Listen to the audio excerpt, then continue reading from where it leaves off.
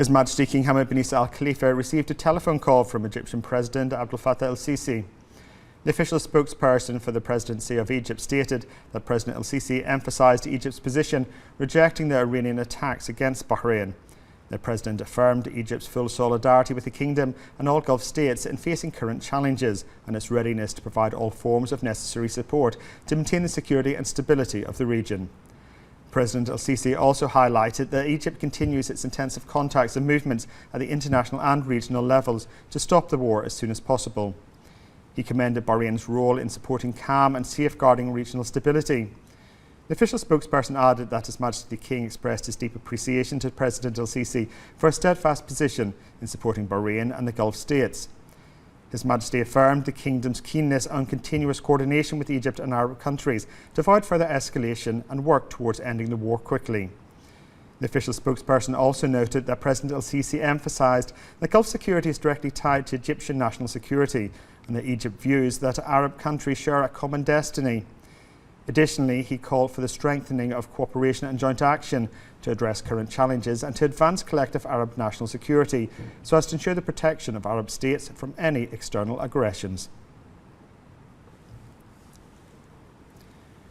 His Majesty King Hamad bin Isa Al Khalifa ratified and issued Decree 20 of 2026, approving an agreement between the Government of Bahrain and the Government of Cyprus regarding the mutual academic recognition of higher education qualifications for admission and continuation of study in higher education institutions, based on the proposal of the Minister of Education and following the approval of the Cabinet.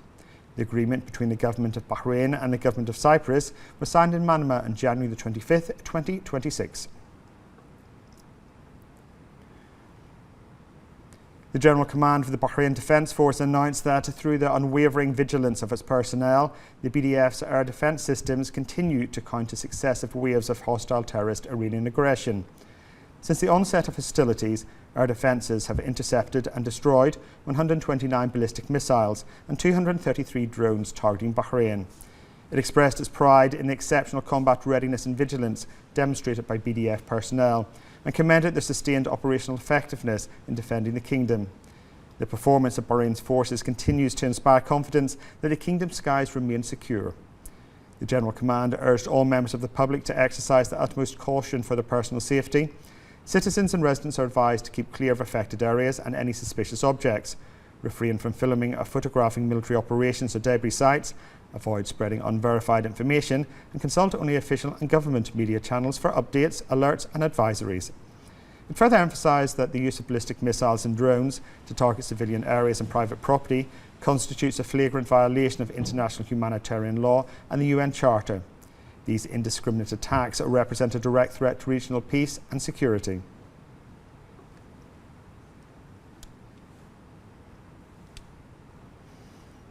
The Representatives' Council held its weekly session presided over by its Speaker Ahmed Salim.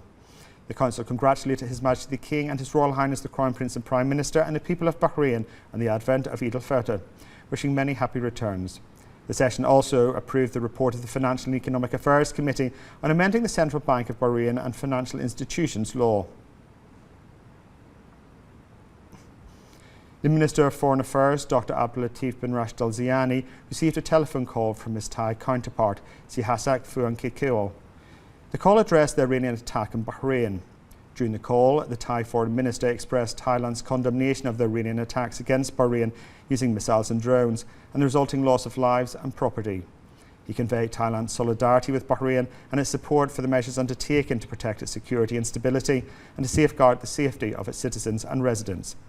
He also noted the close relations and friendship and cooperation between the two friendly countries across various fields, wishing Bahrain continued security, peace and stability.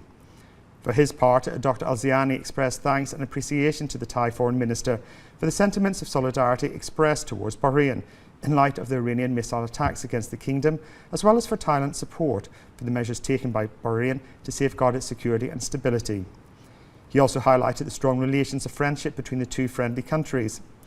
He further expressed Bahrain's solidarity with Thailand following the Iranian shelling of the Thai cargo vessel in the Strait of Hormuz last week, which resulted in a fire aboard the vessel, the loss of 3 sailors and the evacuation of others. He wished the injured sailors a speedy recovery and extended his wishes for continued security, progress and prosperity to Thailand and its people.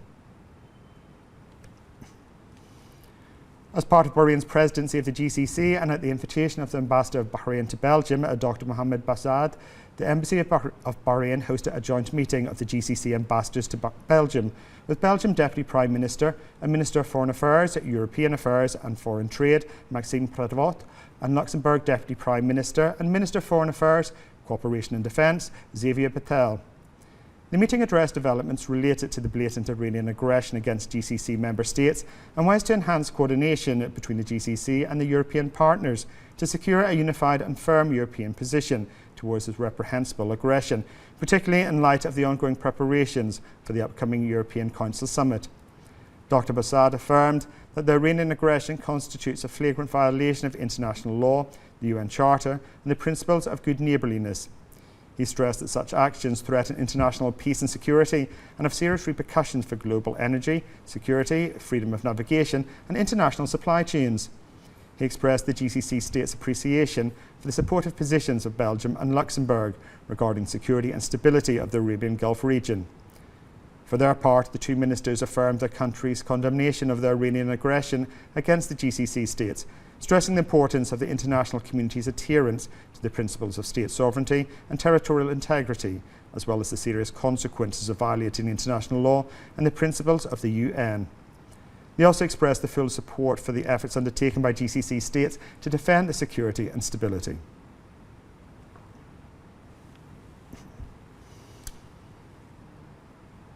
The Foreign Affairs Ministry expressed Bahrain's strong condemnation of the continued hostile Iranian attacks targeting civilian and vital facilities in the UAE, which resulted in the death of a resident and the injury of others following the fall of a missile on a civilian vehicle in the Al-Bahia area of the capital, Abu Dhabi. The ministry stressed that these attacks constitute a flagrant violation of international law, international humanitarian law, all international conventions, and the principles of good neighbourliness. The ministry affirmed Bahrain's full solidarity with the UAE and its support for all measures it takes to preserve its sovereignty, security and stability, and to safeguard the safety of its citizens and residents.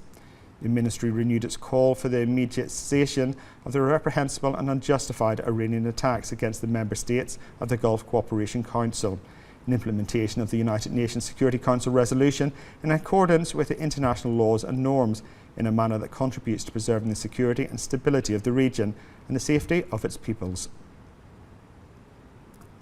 The Foreign Affairs Ministry expressed Bahrain's strong condemnation and denunciation of the sabotage terrorist plot that targeted the sovereignty of Kuwait and sought to undermine its security and stability, spread chaos, disrupt public order and endanger the safety of citizens and residents, as well as state resources. The ministry affirmed Bahrain's firm position of solidarity with Kuwait and its full support for the measures it takes to safeguard its sovereignty, security and stability. This stems from the deep historical ties between the leaderships and peoples of the two countries and reaffirms that the security and safety of the member states of the GCC constitute an indivisible whole. The ministry also expressed Bahrain's appreciation for the efficiency and vigilance of the Kuwaiti security and intelligence services in uncovering the terrorist cell affiliated with the banned terrorist organisation Hezbollah, apprehending its members, dismantling the cell and thwarting its malicious sabotage plots. The ministry wished the state of Kuwait and its people continued security and prosperity. The Arab Network for National Human Rights Institutions held its 26th Extraordinary General Meeting via video conference. Chaired by the chairman of the network and president of the National Institution for Human Rights, the NIHR, in Bahrain, Ali Darazi, to discuss Iranian attacks on Arab states from a legal and human rights perspective. Representatives of Arab national institutions and experts in international humanitarian law participated in the meeting.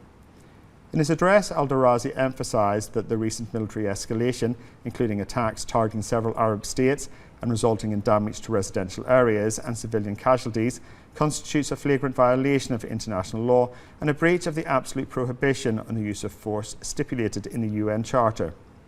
He stressed the importance of unifying the Arab position and strengthening cooperation among national institutions in the areas of monitoring, documentation and protection of the most vulnerable groups, in addition to supporting diplomatic efforts and safeguarding the sovereignty and security of states. The participants also called on the international community to open an independent international investigation into the attacks and to hold a special session of the Human Rights Council to discuss ways to protect civilians and activate international accountability mechanisms to ensure that there is no impunity. Gulf Air, the national carrier of Bahrain, announced the addition of 2 new international destinations, Frankfurt and Nairobi, to its temporary commercial network via King Fahd International Airport in Dammam, with more destinations to be announced in the coming days. The 2 new services will be available for travel between the 23rd and 28th of March 2026, complementing the airline's existing operations to London Heathrow, Mumbai and Bangkok.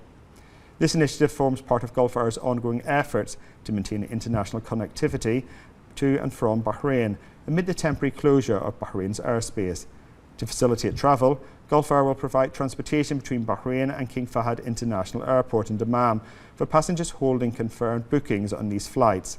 Gulf Air will assist with Saudi transit visas exclusively to passengers travelling to and from Bahrain using Gulf Air arranged land transportation.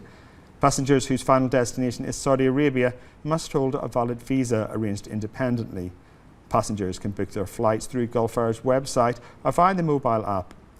Passengers are advised to ensure they hold a confirmed booking prior to proceeding to Dammam for departure.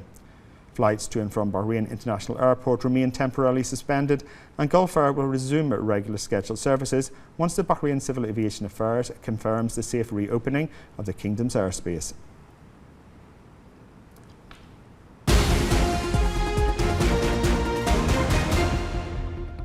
The Supreme Council for Islamic Affairs announced in a statement that the Sharia Crescent Sighting Committee will convene on Wednesday evening to receive reports and testimonies regarding the sighting of the crescent moon, marking the beginning of the month of Shawwal for the year 1447 AH.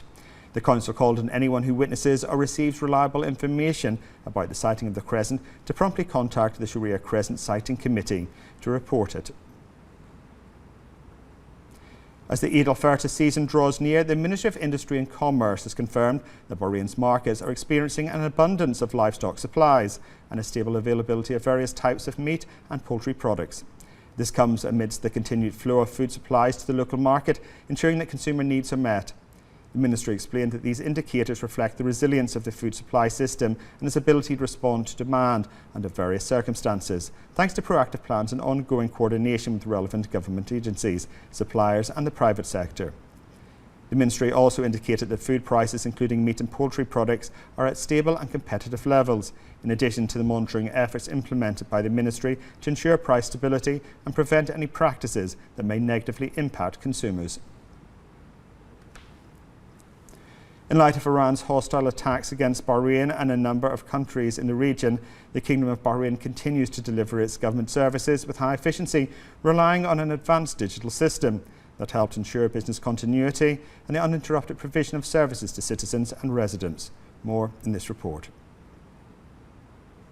In light of the hostile Iranian threats and attacks currently facing the Kingdom of Bahrain and other countries in the region, the Kingdom continues to demonstrate its readiness and ability to maintain the continuity of government operations with high efficiency, relying on a sophisticated and integrated digital system which became a cornerstone in managing and providing services to citizens and residents. During the current period, this digital system has proven its ability to ensure uninterrupted services as government agencies have continued to perform their various duties and provide their services via advanced electronic platforms, enabling beneficiaries to complete their transactions easily and conveniently without the need for in-person attendance. This coincided with the implementation of a 70% remote working system across a number of government agencies alongside distance learning. Government agencies also continue to provide their services across diverse sectors via digital channels, reflecting the success of digital transformation in the Kingdom and the ability of institutions to adapt to changes and ensure the continuity of services for citizens and residents. This is achieved by providing an integrated technical system that connects different government bodies and supports the rapid exchange of information and data, which helps streamline procedures and improve the efficiency of government performance. These efforts underscore that digital transformation in the Kingdom of Bahrain is no longer a technical option, but a fundamental pillar for supporting the continuity of government operations and enhancing the ability of institutions to meet challenges and address various circumstances with efficiency.